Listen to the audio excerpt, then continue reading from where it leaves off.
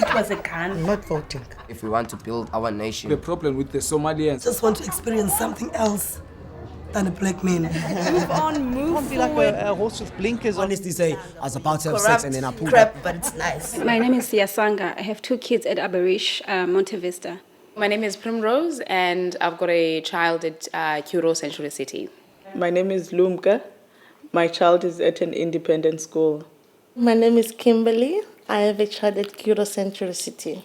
I think for me, the reason why I wanted to have a conversation with fellow black parents who have children in private schools is that I wanted to find out how you feel about the culture within the school. And are you getting a benefit for your own child within that schools in terms of how you want to shape your child as a black child? Are you getting that from these schools? And if we're not getting it, what is it that we wish we would have within those schools in order for us to be aligned with how we parent, as well as the comfort within those schools? For me, I think first we need to define that benefit. You know, looking at where we're at now, because even for us being a black parent now is different from when my mom and I suppose my grandmother, I was raised by my grandmother, how she was a parent to what I am a parent now. So what is the benefit, the lenses, you know, how we look into that benefit? What is the benefit? We live in different communities now. We are different parents. We allow different things at home. And what is it that we expect from these schools versus the lots of other schools that are out there, you know? For me, I must say, I think I'm very fortunate to have my kids at Aberish School because it is a very small school, intimate, family kind of environment.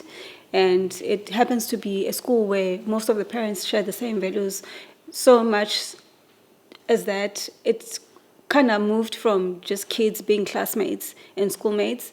Even parents now are becoming friends. But the only thing that for me has been an issue is the language.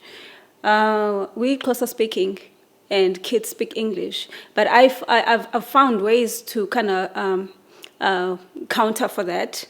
I speak Xhosa to them at home. So now they can speak Xhosa fluently, whereas they know that when they're at school they can speak English. But other than that, I think the school that my kids are at is perfect for me, the kind of person that I am, what I wish for my kids as well. For me, when Aluja is that if I envisage a school that my son goes to and I am paying a lot of amount for that schooling, I don't want that schooling to exclude who my child is. I don't want my child to feel like he is at a private school and therefore he just has to just slip to assimilate into the culture of the school without them considering who he is.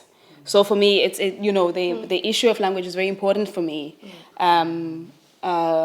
The issue of the fact that the culture has to be influenced by the people who go into the school, because essentially that's who we are. We are the parents of those kids. So for me, that's what I'm grappling with, I think. You know, even now, if a child fails Afrikaans, you fail the grade. Is it? Yes. In 2017. No, that is my stress at the moment. You know, I'm a French speaker. And you know what, Mlumka? I'm a French speaker. So I have to hire a new tutor to help my daughter with Afrikaans, which I'm doing it now. At home, we speak French. My kids speak French and English. So when she has homework, we have to go to neighbors, doors to doors. Please, can you help us? As for me, it's too embarrassing, you know? You cannot be disturbing people all the time. It's not reliable. No, that is where I'm standing now. I say, God, if my daughter can fail Afrikaans, so I'm in trouble. Yes. I don't think the Afrikaans thing is a school thing. It's a government thing. You know, yes, it is our government, our ruling party policies and practices and implementations. Yes, you need two languages. Something that happens with all the schools, though. I don't think so. Oh, man. You need two languages, Yeah, ne? you do. And what is in Curo's control is that second language is forced. You know, it's not like you choose any second language, but you need two languages to get to the next grade. they only so do if, offer the if two. they only do that, I spoke to the principal. They can't find closer speakers, you know, because Curo, How ridiculous is that though? how many How other classes do you ridiculous get? is that? No, but I mean, in general, this is South Africa, this is Cape Town. A lot of people speak Xhosa. A lot of Xhosa speaking teachers. They're just not working hard enough to find them. But I think with discipline, it's quite hard because your priorities for you as a mother, for a child, there are things, like you said, that are not negotiable. You know, when it comes to things like schoolwork, he knows what he has to come home and do. He has to read every day. He has to do a little bit of schoolwork. He has to eat. He has to wash. That's it. That he must just do that. And everything in between. And if he's being silly here, and it's my discretion. Yeah. But I also do have like a threatening voice. I'm gonna call your father. Okay. Yeah. If you don't want to do this easy way, then you're gonna have to deal with him. You know, and for me, the threatening is working. I know it's not gonna work at some point, but for now, I'm holding on to it as much as I can. don't you think that's the right thing to do, though? Because it's the only thing I have. I don't have anything else. Otherwise, because I'm trying to spare the rod, but I don't want to spoil the child either. So, Don't spare the rod. yeah. I don't. They know there is in East London. We here, mommy's here. They will have to listen to mommy. What mommy says goes. You know, there is in East London. He's not here to discipline. Mommy is strict. They say, mommy is so strict. Why are you so strict? You're not like other parents. And for me, it's one of those. I think most education has to happen at home. They go to school for the academics mainly, but the discipline and all other social, personal development, it comes from home. So me as a parent, I need to discipline the kid. They need to understand what I stand for, what my values are, what my, you know. They can't be rude. They know the language, how to use the language. You know, they know the acceptable language. They know unacceptable language at home. So those things must be taught by me, not the school. They go to the school to learn more from what I've already given them. You know. So for me, it's discipline. It's not negotiable. It starts with me. The school should reintroduce the spanking. What was it called? Caning. Yeah, caning, yes. But as much as I feel that there are some people who have different characters, personalities, who would abuse that, it needs to be controlled. It's But a they very still- good way of correcting kids, but nowadays we are looking, the one who's going to apply it, is he going to apply it to correct? Or is going to apply because he doesn't like the child? I wouldn't go to that extent. I don't want anyone else like beating my child or like touching my child or spanking my child. I want to be the one doing it and nobody else. Because no, but I'm understanding exactly those kind of teachers. And it was never done out of love most of the time. It was done out of the fact Especially that if the teacher doesn't like you at Exactly. all. You are finished. Exactly. Which is why I'm saying They take advantage. Yes. my son and two friends were caught by an aftercare teacher looking at Google, and they searched their head was girls' bums. Oh, So I go into the school and they're like, oh, sorry, we need to talk to you. I just, when you know that tone that says something has happened.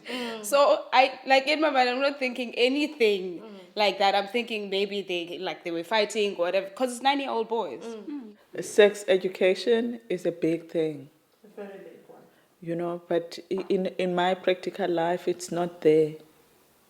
I'm not really sex educating my child. I think I don't know where to start. With the sex, and I think the next big thing is money. You know, I don't know how to have conversations around those things. Yesterday I was reading an article about period party. You know, a mother that's done a period poem for her 13-year-old daughter. And it's those things that, you know, you ask yourself, where, how, when do you engage your kid on these things? It's one of those conversations that I'm trying to postpone. I don't know until when. It will happen, I know, and the kids are growing up. At some point, we need to have these conversations. But I am thinking now that, gosh, where do I begin? I mean, my firstborn is 9 years old already, and obviously she's exposed to a whole lot of things. But, you know, I still cringe at the thought of having that sexual discussion with her, you know, and the boyfriends and the whole, you know, the whole scenario. For me, I think I already started talking to my daughter about period because she's turning 10 in December. So I don't have time to wait. Many things are happening, you know. So I already started with a list. Be ready, maybe in 2 years' time, you will be having period. And be careful, don't play with boys. This is what's going to happen to you.